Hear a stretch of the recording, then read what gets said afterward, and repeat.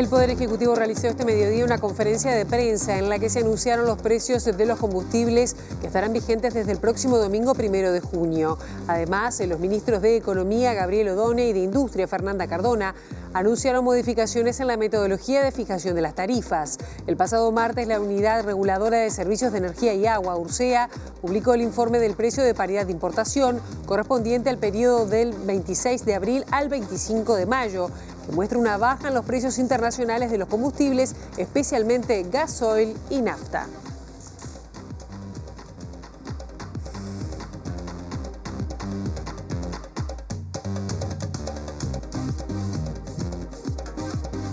Buen mediodía, es un gusto recibirles en esta edición de MBD Noticia con 12 grados de temperatura en estos momentos en Capital. Decirles que los vientos están soplando del suroeste con una intensidad de 30 kilómetros en la hora. También con datos del Centro de Gestión de Movilidad, que ahí vemos los accesos a Montevideo, les contamos que hay algunos cortes programados. Ciudad de Bahía Blanca, entre Ricaldoni y Presidente Berro, el corte será hasta las 3:30 de la tarde por trabajos de poda. Jaime Sudáñez, entre Tomás Diago y Pedro Berro, el corte también será hasta las 4 de la tarde. Y Vicente Llanes, Pinzón, entre Ruperto Pérez Manrique, a las 6:30 de la tarde va a seguir el corte. Con ese sol de Montevideo, y para seguirlo en redes sociales, cualquier cambio en la circulación, @mtránsito, @mbd transporte. Vamos con algunos titulares que vamos a desarrollar hasta las 2 de la tarde.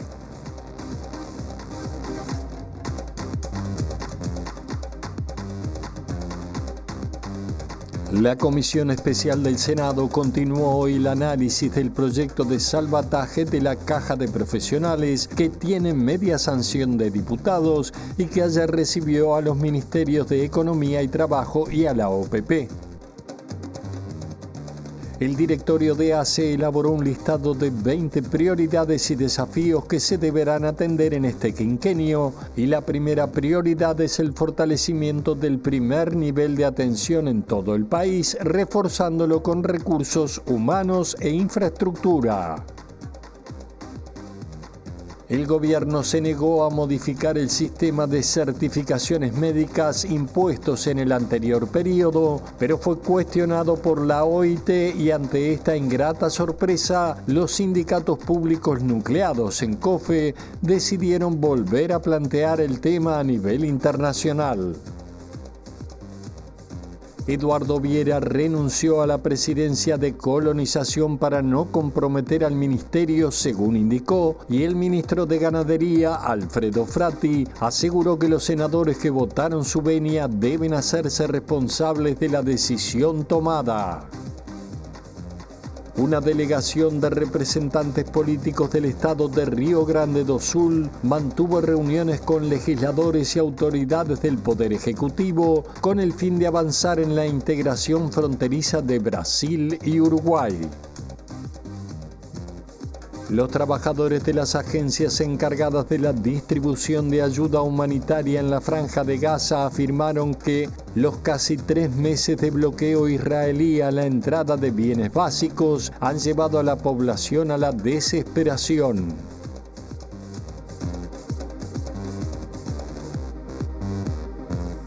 Muchas cosas están surgiendo en estos momentos. Hay actividad en el Ministerio de Economía, también en el Parlamento. Hasta allí vamos y recibimos con muchísimo gusto a nuestra compañera Abril Mederos. Abril, ¿qué novedades están surgiendo?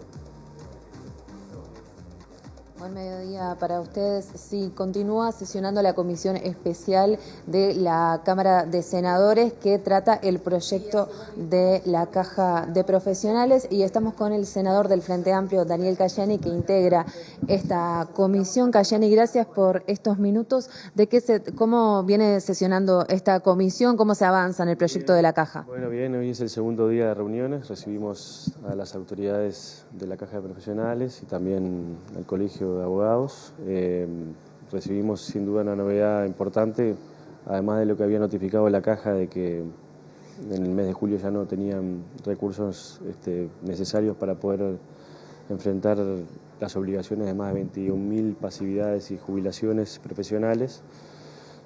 También lo que nos expresaron, además de una serie de modificaciones al texto que se aprobó en la Cámara de Diputados, es que el esfuerzo que se hizo para poder incluir alguna serie de recursos ha sido por lo menos poco posible de que en realidad se cubran hasta más de agosto las jubilaciones. Por lo tanto, quedó como medio rengo el proyecto. Le falta un poco de aporte, sobre todo de los pasivos y los profesionales, además del Estado, y bueno, creo que también eso es una preocupación porque en realidad de no mejorarse el proyecto no solucionaría el tema ni siquiera en una perspectiva de muy corto plazo, ¿no? Estamos en vivo para Telemundo, le consulto a la luz de la renuncia del titular de Colonización por esta situación a la cual era colono de la propia institución en la que estaba al mando, las repercusiones que esto ha generado. Bueno, ¿qué opinión le merece todo esto? Bueno, primero que nada, creo que enaltece la figura de Eduardo Viera, que fue presidente de Colonización en este periodo, que se votó la venia como constitucionalmente establece nuestra Carta Magna, que es el Poder Ejecutivo envió un nombre, en este caso el Senado de la República con 3/5 lo aprobó, o más de 3/5.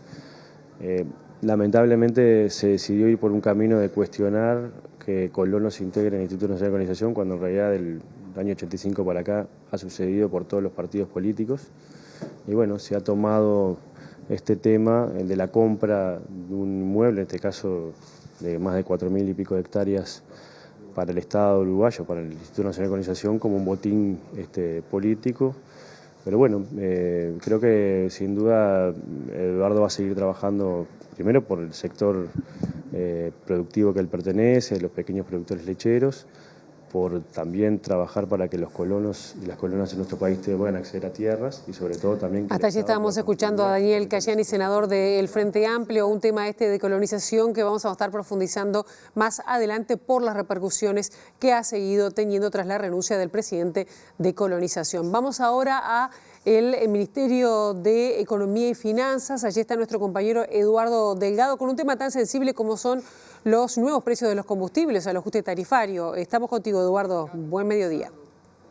Así es, Pilar. Conferencia de prensa de los ministros de Economía y de Industria anunciando los precios de junio del combustible y cambios en la metodología de periodicidad justamente de los precios de los combustibles. Podemos decir que hay una baja de gasoil de 2,39 pesos y en la nafta de 0,07. Y en cuanto a el tiempo en que se anunciarán los cambios, se apunta a que sea bimestral, a que sea cada 60 días y no como 30, como venía siendo hasta este momento. Esto es usando el máximo que habilita la ley de urgente consideración. No se descarta más adelante que se cambie el periodo, pero se debe hacer por ley y teniendo en cuenta que el Parlamento debe tratar tanto la rendición de cuentas como el presupuesto, se apuesta por el momento a este tema de los 2 meses de periodicidad para anunciar los cambios en los precios de combustible. También se anunció la estabilización. El factor de estabilización pasa a ser de 1,5 pesos por litro de nafta y gasoil. Esto es fundamentalmente para controlar el tema del subsidio al supergas, que si no se indicó debería aumentar en 156 pesos. Además, el ministro Done habló de la necesidad de acotar el impacto de la volatilidad de los precios internacionales de combustible. Eso es una de las apuestas centrales del gobierno y en ese sentido hizo un anuncio realmente importante que refiere a los topes, digamos, de los precios. Cuando sean de 7 a 21% que aumenten los precios internacionales, el aumento se ajustará al 7%. Cuando el precio sea de 0 a menos 7%, se ajustará al precio de referencia y cuando la baja sea de menos 7 a menos 21%, se ajustará a menos 7. Es uno de los anuncios que ha hecho el ministro Done junto a Fernanda Cardona. Los dejo con lo que está comentando en este momento la ministra justamente Cardona. Bajara pensando en esa brecha y no pensando en lo que se tradujo en precios para las personas. Y eso es lo que estamos intentando ahora que no nos pase, poder solventarlo con la realidad de números que tenemos real, valga la redundancia, sin trasladarle el precio a la gente y sin que ahora le represente que cada garrafa de 13 kilos suba 156 pesos. Esa es la cuenta que sacamos. Buenas tardes, Ken Parks de Bloomberg News.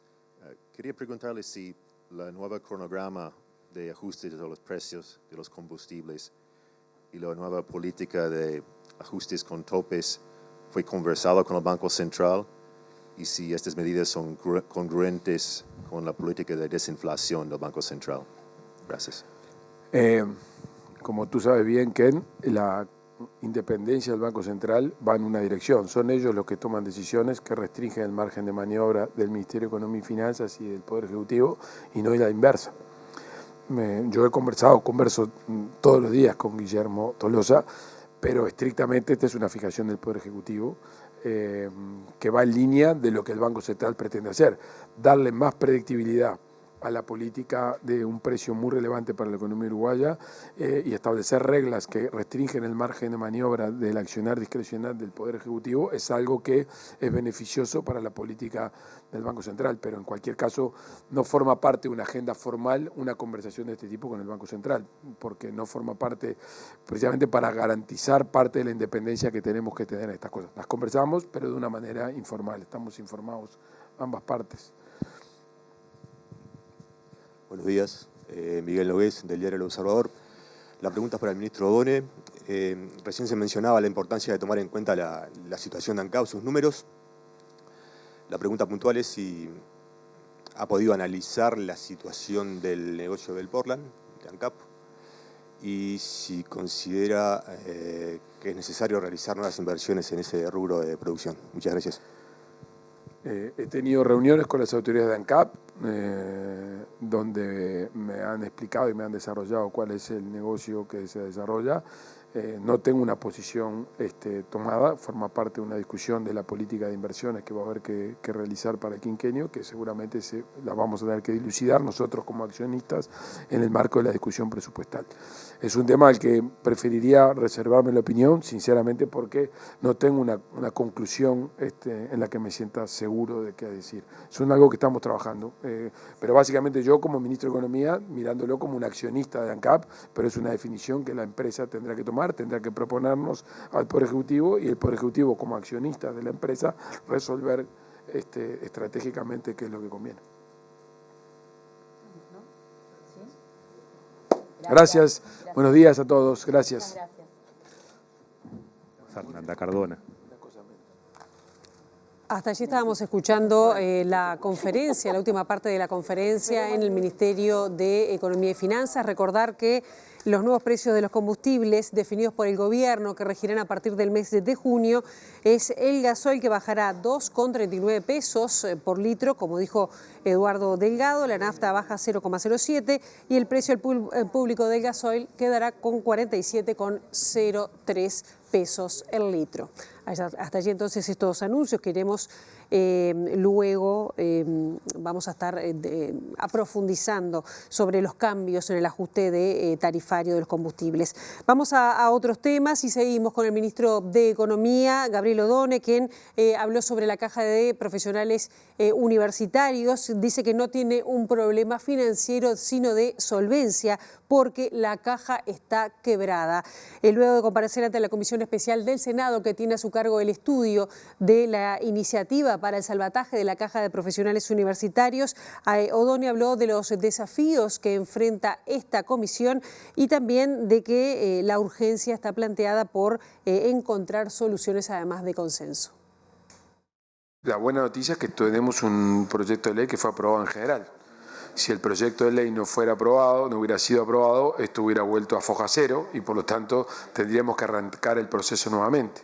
O sea que el hecho de que tengamos un proyecto de ley aprobado en general, con modificaciones que en nuestra opinión son sustantivas y en nuestra opinión no son una solución de fondo para el problema, bueno, requieren ahora que en el Senado tengamos la oportunidad de encontrar una solución que resuelva el problema de naturaleza económico-financiera.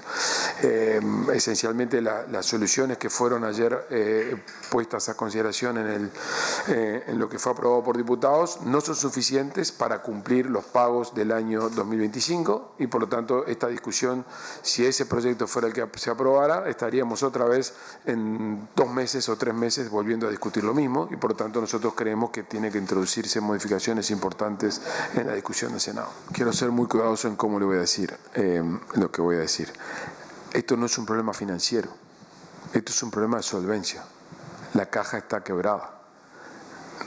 Nadie le presta a un instituto o a una entidad que está quebrada.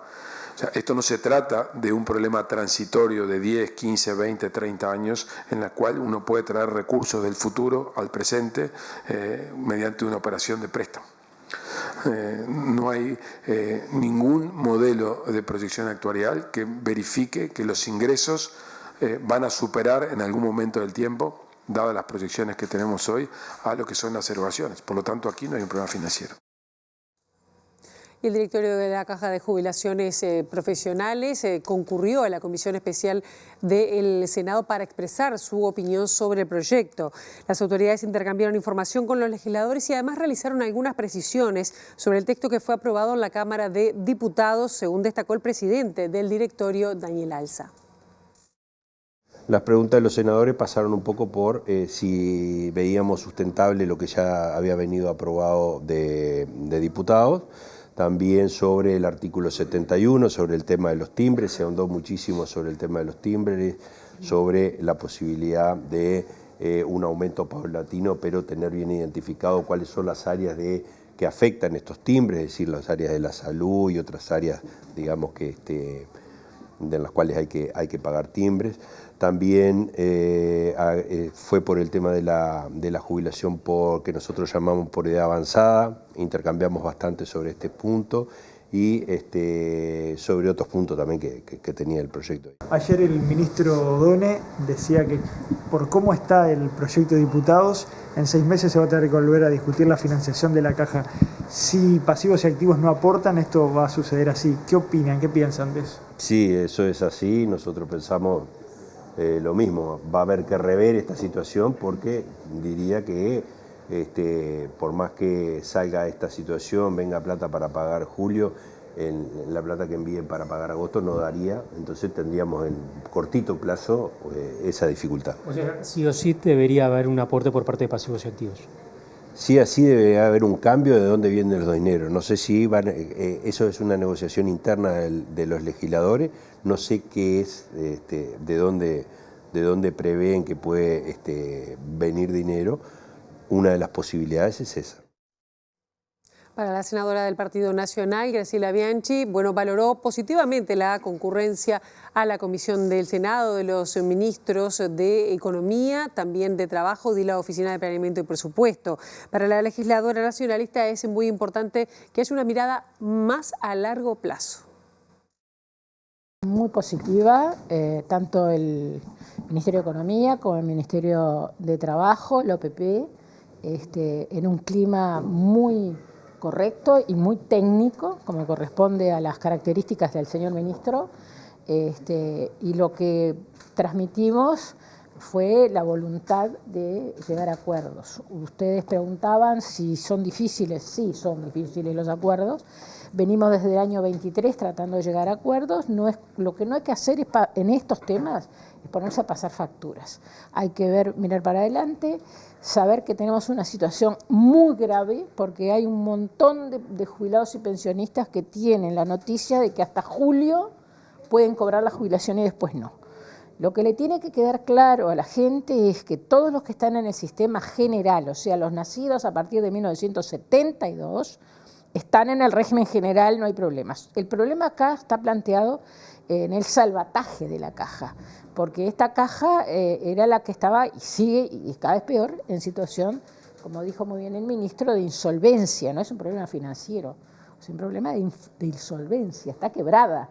Bueno, no tenemos que buscar soluciones con mucho criterio para darle a los jubilados y pensionistas de la Caja de Profesionales la tranquilidad que vamos a tratar de buscar una solución.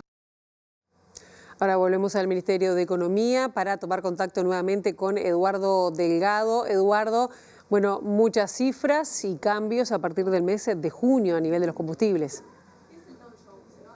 Así es, datos importantes, Pilar, sobre tanto el precio del combustible en junio como también de cómo se definirán los ajustes de precios en el futuro. En cuanto a junio, baja en el gasoil y en la nafta y se mantiene el precio del supergas. En cuanto al ajuste de precios, pasa a ser bimensual cada 60 días, que es lo máximo que permite la ley de urgente consideración, como decíamos hace minutos. Finalizó la conferencia que dieron los ministros de Economía y de Industria. Vemos y escuchamos parte de lo que comentó la ministra de Industria, justamente Fernanda Cardona.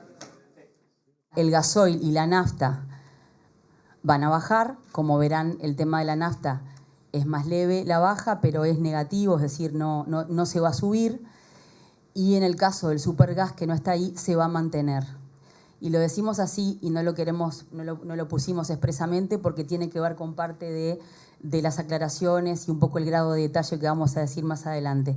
Pero la noticia o lo que queremos trasladarle respecto a combustibles es que tanto gasoil como nafta tienden a la baja, y el supergas, sobre todo considerando el tiempo que comienza, que tiene que ver con un tema estacional y de frío, y que tenemos conocimiento que aumenta en la gente el uso de ese recurso energético, tanto para calefaccionarse como para cocinar, nos parecía interesante, importante decir por qué entendimos que no había que subir el precio de la garrafa de supergas. Entonces, eso respecto a los precios de junio. Y en cuanto a ya el comienzo de comentarles cuál es el primer elemento a introducir en el tema de la metodología de precios, lo primero es la periodicidad. Y como hemos hablado con tantos de ustedes desde marzo, ustedes saben que la normativa que está vigente al respecto es el artículo 235 de la ley 19.889, conocida por toda la población y por todos y todos nosotros como la LUC.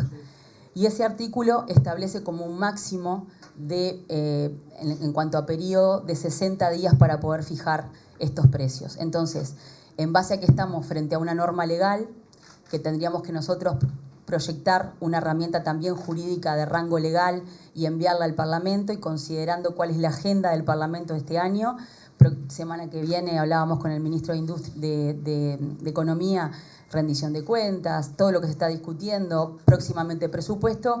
Nosotros en este momento vamos a usar el máximo que nos habilita la norma vigente, la ley vigente, que es pasar a una fijación de los precios de combustible cada 2 meses, bimestralmente.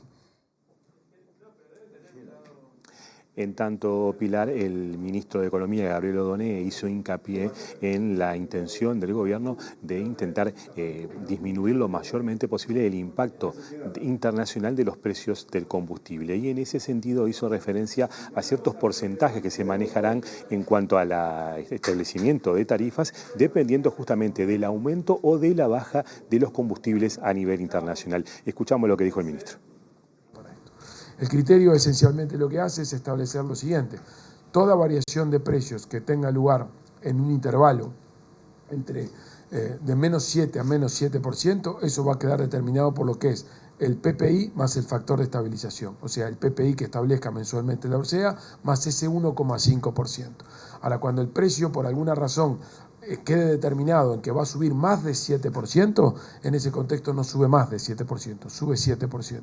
Y cuando el precio tiene que caer debajo, o sea, el ajuste debería ser de menos 7%, tampoco ese precio va a caer por debajo del 7%, de manera tal de que quedamos en un intervalo donde se ajusta por la referencia. ¿Cuál es el objetivo de que cuando el precio vaya a subir más del 7%, la política pública interviene? Precisamente para que un efecto, digamos, extraordinario del mercado internacional no afecte la toma de decisiones o el consumo. ¿Cuál es la razón por la cual cuando el precio varía cayendo más del 7% nosotros no lo trasladamos enteramente? Esencialmente porque la evidencia histórica nos dice que esas variaciones son poco frecuentes y además seguramente si ocurren están asociadas a un evento digamos transitorio que por lo tanto nosotros queremos no trasladar porque eso podría transmitir una señal de precios dificultosa. Segundo bloque de MBD Noticias, tenemos 12 grados de temperatura en estos momentos en Capital y nos vamos rápidamente al Parlamento porque allí están surgiendo novedades. Nuestra compañera Abril Mederos tiene toda la información. Abril, buenos días. Buenos días, Pilar. Sí, exacto. Otros temas como lo es el conflicto en Medio Oriente, para lo cual la bancada del Frente Amplio presentó esta semana un proyecto para un pronunciamiento de lo que es la Cámara en torno a este conflicto. Para eso estamos ya con el senador Oscar Andrade. Andrade, gracias por charlar con nosotros. Bueno, ¿de qué se trata este proyecto concretamente? Bueno, se trata de una declaración que haga acento a parar la tragedia de lo que está pasando en Gaza. La semana pasada la Organización Mundial de la Salud informaba que hay 65.000 niños hospitalizados y 71.000 en riesgo de muerte por hambruna. El responsable de ayuda humanitaria, Fletcher, sostenía que 14.000 niños en Gaza pueden morir en los próximos días. Estamos hablando de niños y de días si no se toman medidas urgentes con respecto a la ayuda humanitaria. La cantidad de habitantes de Gaza que están en la situación de hambruna supera el 500.000 según Naciones Unidas. Estamos ante una situación que es de tragedia. Bueno, nos parece que se dé una discusión parlamentaria de mínima, esto es, de alto el fuego, de ingreso a ayuda humanitaria. Bueno, estas mismas últimas horas, ¿no? Fue posterior a la declaración, pero un cirujano que actuó de manera voluntaria declaró ante el Consejo de Seguridad de la ONU que en una mañana atendió a 220 personas, 90 de estas murieron, más de la mitad eran niños. O sea, yo creo que no hay nada que pueda justificar esta tragedia y que el Senado de la República tiene que pronunciarse de manera clara, de manera contundente y esperemos que también de manera unánime, ¿no? Creo que la comunidad internacional de manera creciente viene sintiendo alarma por la situación de tragedia. Uno mira y de 35 hospitales, 21 están sin funcionar, más del 60% de las casas, una situación donde más del 90% de la población tuvo que emigrar. Según el informe de Francesca Albanese, casi la mitad de las muertes en Gaza se dieron en zonas en donde Israel planteó que había que estar porque era seguro y después se bombardearon. Bueno, ante esta tragedia me parece que lo que no cabe es no pronunciarse. Ahora, Andrade, muchas organizaciones sociales, incluso integrantes del Frente Amplio, han dado la discusión de si corresponde o no llamar a este conflicto, hablar en términos de genocidio, y es algo que se le ha reclamado a la Cancillería y al Estado todo. ¿Cómo se da esa discusión en el Frente Amplio y qué se espera del Poder Ejecutivo en ese sentido? El Frente Amplio se pronunció. A mí me preguntás, yo creo que sí, creo que hay un informe de la asesora de la ONU, Francesca Albanese, Anatomía de un genocidio, que en términos jurídicos fundamenta de manera muy contundente, y está la denuncia de Sudáfrica ante la Corte Penal Internacional, que las características del concepto jurídico de genocidio se plasman. No lo dice la declaración, porque la declaración lo que planteamos es que intente ser, no se detenga en esta discusión. A mí me preguntás personalmente, creo que sí, creo que están todos los componentes que hacen a una limpieza étnica, que hacen a la eliminación de un grupo. Hay decenas de declaraciones de primeros representantes del gobierno de Israel planteando la masacre de todo el pueblo. Esto ha sido muy contundente. Pero la declaración que está tratando el Senado, básicamente, si bien condena, pide el ingreso de ayuda humanitaria, se pronuncia con mucha claridad también respecto al cese al fuego. Sobre la posición del gobierno uruguayo, Lubetkin, el canciller, manifestaba que una cosa es lo que puede hacer y decir el partido político, en este caso Frente Amplio, y otra cosa es un gobierno que representa más que un partido. ¿Usted comparte esto? ¿Cómo ve esta visión? Sí, y otra cosa es lo que puede hacer el Senado. Yo creo que el Senado tiene que condenar lo que está pasando en Gaza, y tiene que condenar lo que está pasando en Gaza de forma clara, de forma contundente. O sea, no debiéramos permanecer. O sea, los informes médicos demuestran que la mayoría de los niños que mueren porque está destrozado el sistema de salud. O sea, no creo que nadie pueda defender la proporcionalidad de este ataque. El Senado de la República en octubre, a pocos días de las acciones del 7 de octubre, cuando tuvo que condenar, condenó de manera clara y unánime. Bueno, yo creo que la misma claridad... Ahora ya estábamos escuchando a Óscar Andrade, senador del Frente Amplio, sobre la situación en Gaza. Vamos a otros temas, porque el directorio de la Administración de Servicios de Salud del Estado, ACE, elaboró un listado con 20 prioridades y desafíos que se deberán atender en estos 5 años. La primera prioridad establecida es el fortalecimiento del primer nivel de atención en todo el país, reforzándolo con recursos humanos y con infraestructura.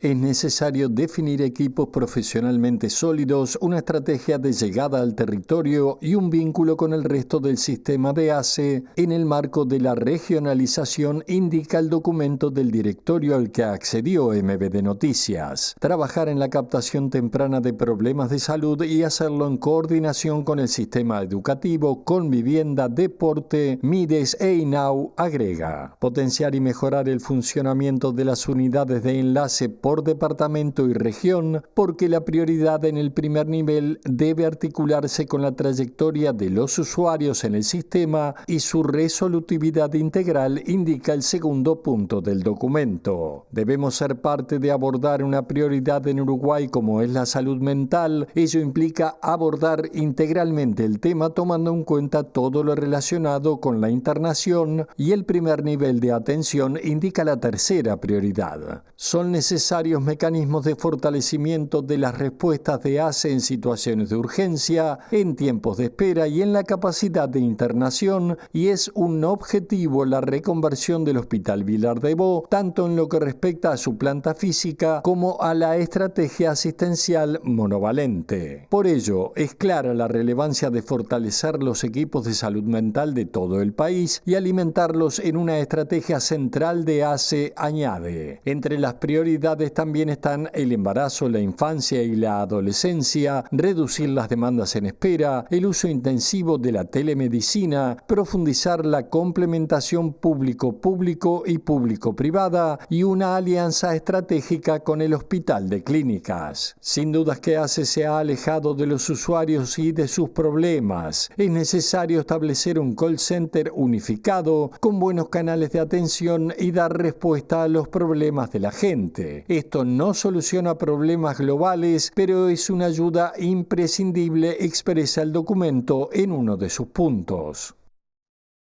Los sindicatos públicos nucleados en COFE decidieron volver a plantear ante la Organización Internacional del Trabajo el cambio en el sistema de certificaciones médicas aplicado en el anterior gobierno, luego de recibir lo que consideran una ingrata sorpresa de parte del actual gobierno. En el diálogo con el Ministerio de Trabajo se informó a COFE que el gobierno está dispuesto a discutir el tema en la ley de presupuesto y no negociar en igualdad de condiciones. Cuando se votó esta ley, el Frente Amplio, quien hoy es gobierno, era oposición y votó en contra de esta ley y argumentó en contra de la ley.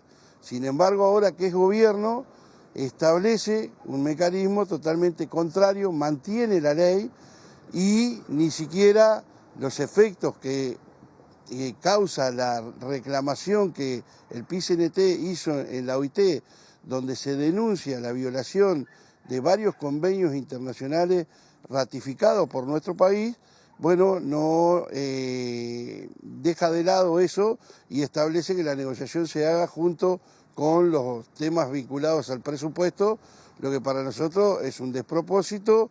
Entendemos de que realmente el gobierno en esto le está errando y es por eso que hemos decidido nuevamente comparecer ante la OIT para plantearle que como el gobierno acá no quiere negociar en igualdad de condiciones, que lo que se suspendió en la OIT, que era el tratamiento del fondo por la violación de estos convenios internacionales, que tanto el Comité de Libertad Sindical como el Consejo de Administración de la OIT habían definido que presuntamente había violación y por eso ofrecían el ámbito de conciliación.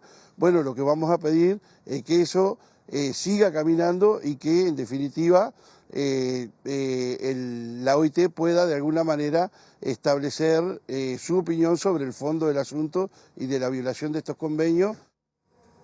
Y justamente López, presidente de COFE, respaldó la posición de los trabajadores de la Biblioteca Nacional tras su cierre, lo que recordó, denuncian desde hace mucho tiempo una grave situación en esa institución.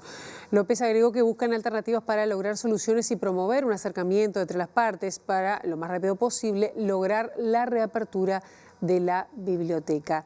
Y sobre este tema también habló la investigadora especializada en consumos culturales, Rosario Radakovich, que dijo que el cierre de la Biblioteca Nacional es una gran estrategia para poner el foco en una institución que no se estaba mirando y que todos veían la decadencia. La académica sostiene que la medida de cerrar las puertas es jugada la medida, pero destaca el rédito cultural porque logró que se hable sobre las condiciones actuales de la biblioteca.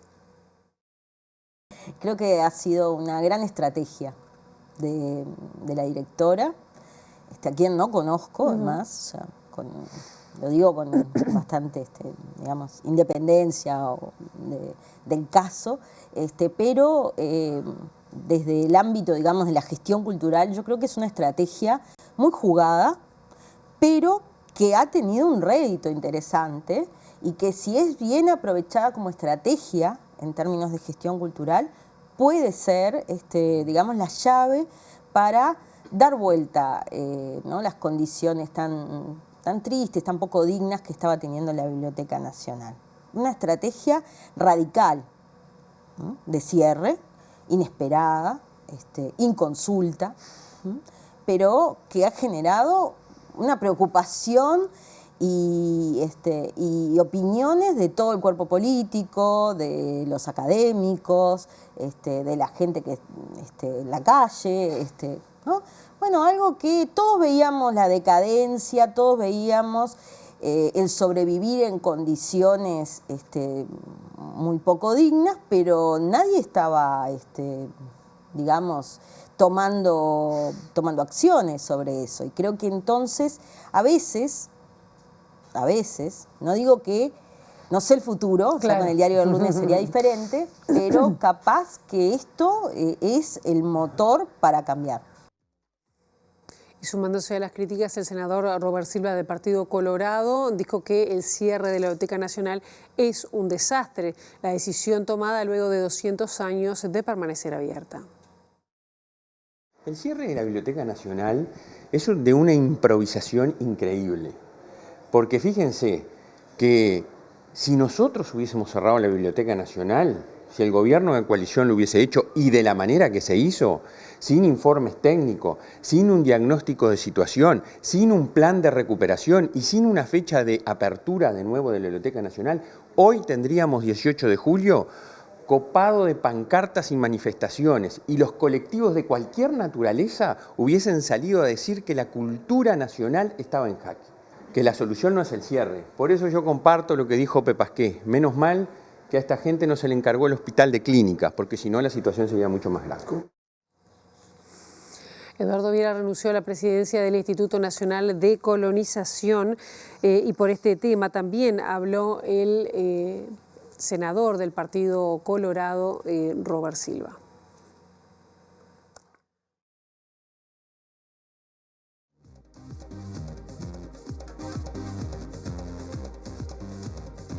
Cuando se puso en evidencia que se violaba la Constitución, comenzó una serie de argumentaciones que fueron de distinta naturaleza hasta por el agravio, como pasó con el propio presidente del instituto, para concluir en esto, que es lo que debió pasar, que es la renuncia, porque es incompatible ser juez y ser parte.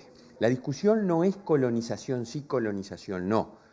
La discusión es un buen negocio, el gobierno tomó las providencias, los estudios necesarios para gastar más de 32 millones de los uruguayos en la compra de un campo de 4.400 hectáreas, cuando además nos estamos enterando que el instituto tiene más de 50.000 sin adjudicar. Bueno, esas son las cosas, entre otras, que queremos analizar para saber. Y además les digo, resolver la situación de la directora que quedó, porque la directora que quedó también está incumpliendo la Constitución de la República.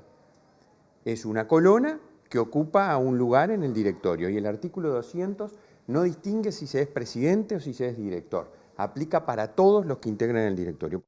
Silva rechaza que la responsabilidad de votar la venia sea de la oposición, como señaló el ministro de Ganadería, Agricultura y Pesca, Alfredo Frati. La responsabilidad de quien propone un nombre para ocupar un cargo es de quien lo propone. La responsabilidad de poner toda la información en el Senado, e información relevante, como en este caso, que el señor Viera era colono, era del gobierno y del Frente Amplio. No busquen chivos expiatorios. Ahora vamos a tener la palabra del ministro, pero les contamos que Eduardo Viera, como decíamos, renunció a la presidencia del Instituto Nacional de Colonización tras los cuestionamientos de la oposición por mantener su condición de colono. Viera aseguró que renunció al instituto para no comprometer al Ministerio de Ganadería, Agricultura y Pesca, y sobre este tema también habló Alfredo Frati. Mi función, como dije, es la de defender ese sector de productores, es de cuidar la herramienta. Y lo último que quiero es que se perjudique a colonización ni perjudicar al gobierno. La decisión que he tomado es de dar un paso al costado, dejar la presidencia, porque yo no me llamo presidente de colonización, no voy a cambiar ser colono, porque es de los orgullos más grandes, y a mí que me costó muchísimo iniciarme como productor lechero, que desde el 2013, hace 12 años que soy colono, y comencé muy de abajo. La historia mía de vida, la gente de mi zona la conoce muy bien, la gente del sector lechero la conoce muy bien, no tengo absolutamente nada que esconder, todos saben mi origen y como dije, esta decisión la tomo para el beneficio de todos los productores y que no se siga manoseando la herramienta de colonización. El país se pierde un gran presidente de colonización. Nosotros pensamos que en la historia de colonización ha habido muchos directivos que han sido colonos y nos parecía que Eduardo reunía las condiciones y era un reclamo de los colonos de por qué los colonos no podían presidir colonización. Lamentablemente pasó lo que pasó, Eduardo tomó la decisión y nosotros lo respetamos y lo respaldamos en la decisión que tome y en el futuro a seguir. Es un hombre que nosotros queremos contar con él en el futuro en algún lugar que nos pueda dar una mano y ayudar a esa inserción de los pequeños productores a través de la herramienta de colonización. La transparencia es un tema innegociable para este gobierno, señaló el prosecretario de la Presidencia de la República, Jorge Díaz, quien admitió que en general la administración pública tiene una tradición de opacidad. Díaz participó esta mañana en la apertura de la mesa de gobierno abierto, transparencia, integridad pública, prevención y combate de la corrupción en el marco de la elaboración del 6º Plan de Acción Nacional de Gobierno Abierto 2025-2029. Para este gobierno y para el presidente Yamandu Orsi, de ahí para abajo, la transparencia es un tema innegociable. Aun cuando ser transparente implica, y perdónenme la expresión, quedar algunas veces con, como decimos en el interior, con la cola al aire. Bueno, está bien, pero la transparencia es innegociable. Una cuestión de principios, porque están atados todos estos conceptos que vienen. Bueno, si hay transparencia, efectivamente tiene que haber rendición de cuentas, tiene que haber acceso, tiene que haber planificación, tiene que haber método. Y tiene que en última instancia responder ante la ciudadanía, que es quien nos votó, que es quien nos paga el sueldo con sus impuestos, darle las respuestas que la ciudadanía necesita. Último bloque de MB Noticias y tenemos otros temas para compartir. Una delegación de representantes políticos del estado de Río Grande do Sul mantuvo reuniones con legisladores y autoridades del Poder Ejecutivo de nuestro país con el fin de avanzar en la integración fronteriza de Brasil y Uruguay. El acceso y la mejora de infraestructura, servicios de salud y educación para ciudadanos de ambos países es la prioridad que buscan avances. Nós viemos aqui para dar continuidade àquilo que nós tratávamos de temas que interessam aos moradores fronteiriços, temas ligados à saúde, à educação, ligados à vida cotidiana de quem precisa desburocratizar as relações que existem, que na vida real não tem burocracia, vai para um lado, vai para o outro. As instituições avançaram muito, mas o Estado não consegue resolver problemas burocráticos. E na área da saúde é o principal problema. Nós destacamos como prioridade o atendimento médico hospitalar do uruguaio que precisa de um hospital brasileiro ou de um brasileiro que precisa de um atendimento aqui. El diputado Fernández destacó que la relación de los gobiernos de Lula da Silva y Yamandu Orsi permitirá avanzar en la integración regional, lo que incluye obras de infraestructura como puentes y mejoras en las rutas. Adelantó que en junio, durante la cumbre del Mercosur a la que asistirá Lula, habrá reuniones entre ministros de ambos gobiernos para avanzar en estos temas de frontera, para lo que los gobernantes locales trabajan. La agenda de la delegación riograndense incluyó reuniones con la vicepresidenta Carolina Cose, ministros y legisladores y en especial con Gisela Araujo, diputada del Frente Amplio por Cerro Largo.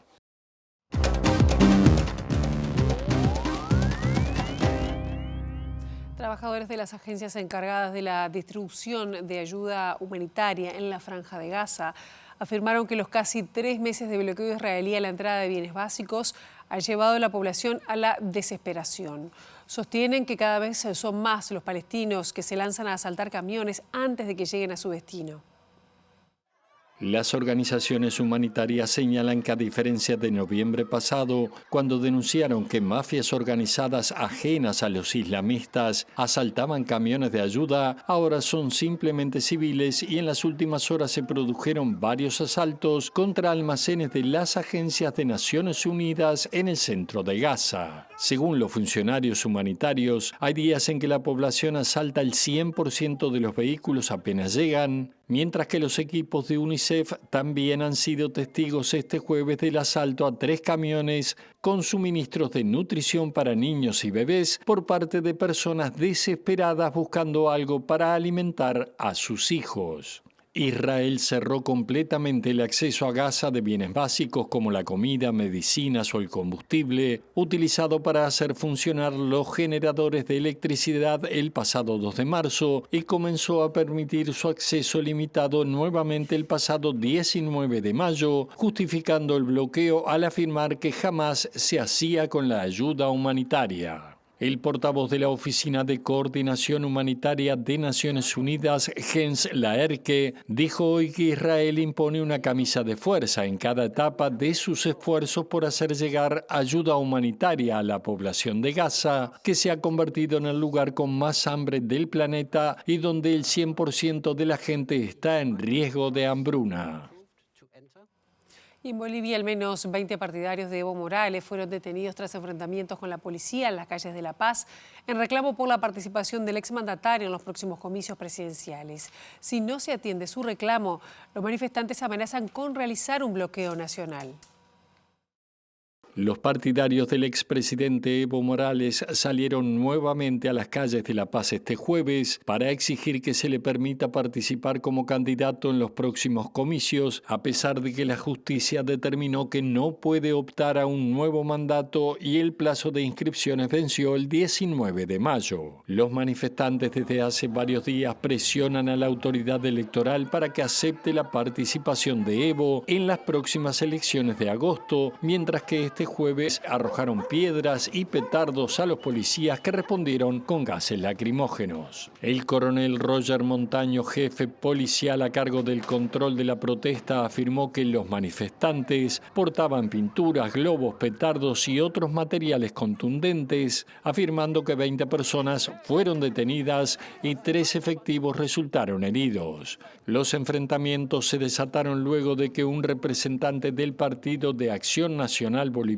que impulsa la candidatura de Morales, luego de abandonar el MAS, fuera impedida de ingresar al Tribunal Supremo Electoral para presentar su lista de candidatos. Morales, que gobernó Bolivia en 3 periodos, también está impedido de hacerlo una vez más, luego que un fallo judicial de 2023 determinó que ningún ciudadano puede ejercer la presidencia en más de 2 ocasiones.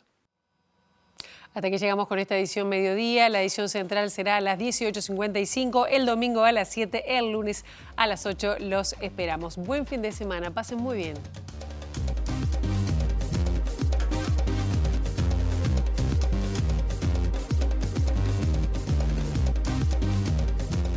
La Comisión Especial del Senado continuó hoy el análisis del proyecto de salvataje de la Caja de Profesionales que tiene media sanción de diputados y que ayer recibió a los Ministerios de Economía y Trabajo y a la OPP.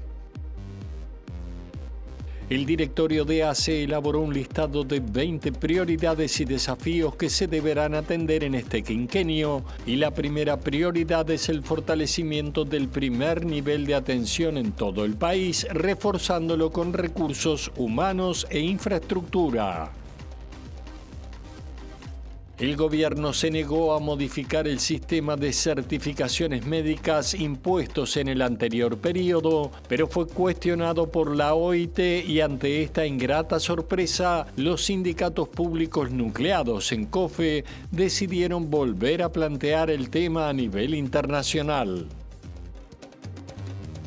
Eduardo Viera renunció a la presidencia de Colonización para no comprometer al ministerio, según indicó, y el ministro de Ganadería, Alfredo Frati, aseguró que los senadores que votaron su venia deben hacerse responsables de la decisión tomada. Una delegación de representantes políticos del estado de Río Grande do Sul mantuvo reuniones con legisladores y autoridades del Poder Ejecutivo con el fin de avanzar en la integración fronteriza de Brasil y Uruguay. Los trabajadores de las agencias encargadas de la distribución de ayuda humanitaria en la Franja de Gaza afirmaron que los casi 3 meses de bloqueo israelí a la entrada de bienes básicos han llevado a la población a la desesperación. El Poder Ejecutivo realizó este mediodía una conferencia de prensa en la que se anunciaron los precios de los combustibles que estarán vigentes desde el próximo domingo 1 de junio. Además, los ministros de Economía, Gabriel Odone, y de Industria, Fernanda Cardona, anunciaron modificaciones en la metodología de fijación de las tarifas.